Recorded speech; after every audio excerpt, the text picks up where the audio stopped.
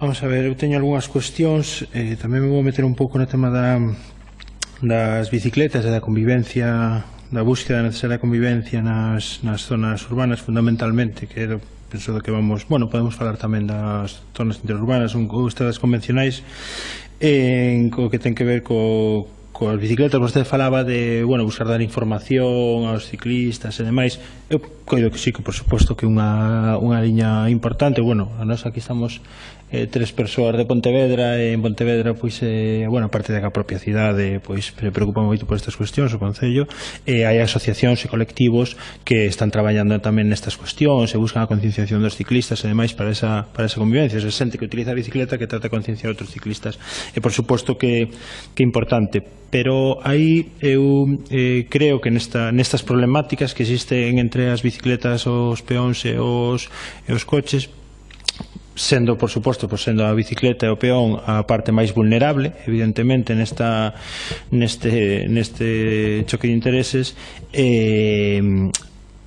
o camiño a buscar, nos entendemos que onde máis hai que incidir é nas medidas que teñen que ver co calmado de tráfico, con poder separar sempre que se poida os ciclistas e os peóns da estrada e demais. Nese sentido, cal é a súa opinión, a opinión do seu colectivo a este respecto, das reduccións de velocidade, pasos de peóns elevados, todas estas cuestións de medidas de calmado de tráfico que poden axudar a que esta convivencia sexa moito mellor. E aí se enlazo co que comentaba do autobús, que nós tamén consideramos que o autobús debe ter preferencia, porque debe haber unha preferencia de utilización de distintos vehículos, sobre todo pensando no propio espacio que ocupan as cidades, a saturación, os atascos con vehículos grandes, como tamén co que ten que ver coa loita contra o cambio climático. Por lo tanto, hai que ir mudando moitas cuestións no que ten que ver con mobilidade. Nos entendemos que, si debe haber un modelo de preferencias xa a hora de pensar a cidades, xa a hora de facer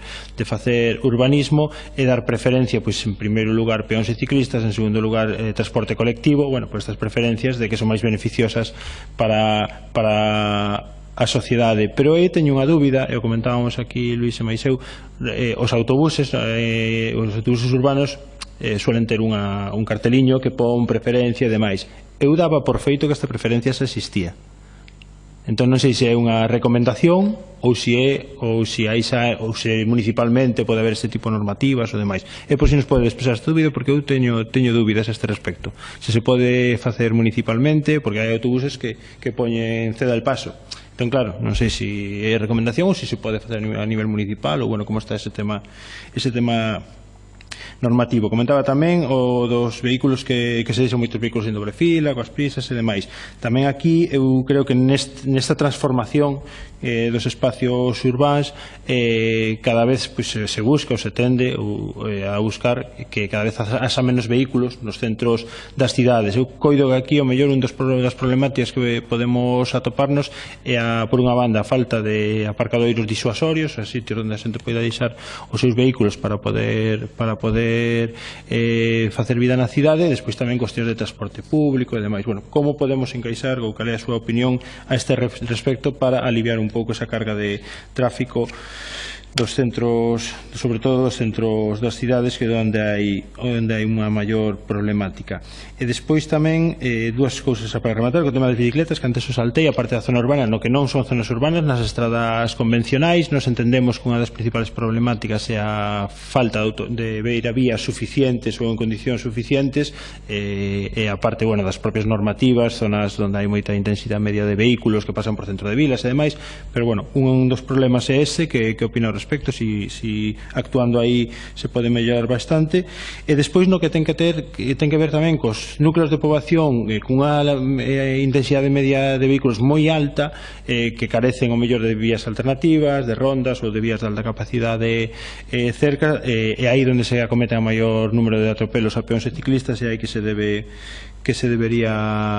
como cree que se debería cometer, se facer rondas, se facer medidas de calmada de tráfico. A súa opinión a este a este respecto. E por último, cando vostede decía tamén que bueno, que había xente pois, que non pon intermitente, bueno, todo este tipo de comportamentos que inciden na sinistralidade, que opina da necesidade de formación continua no que ten que ver coa seguridade viaria, que opina sobre o actual modelo de formación viaria no sentido de sacar o carné, o modelo que, bueno, que non incide na concienciación, e se cree que deberíamos aí darlle unha volta a ese modelo para crear condutores máis concienciados, e que opina tamén da seguridade viaria e introducir a seguridade viaria no ensino público como asignatura, que son algunhas das cuestiones que, bueno, vamos pivotando bastante nesta comisión.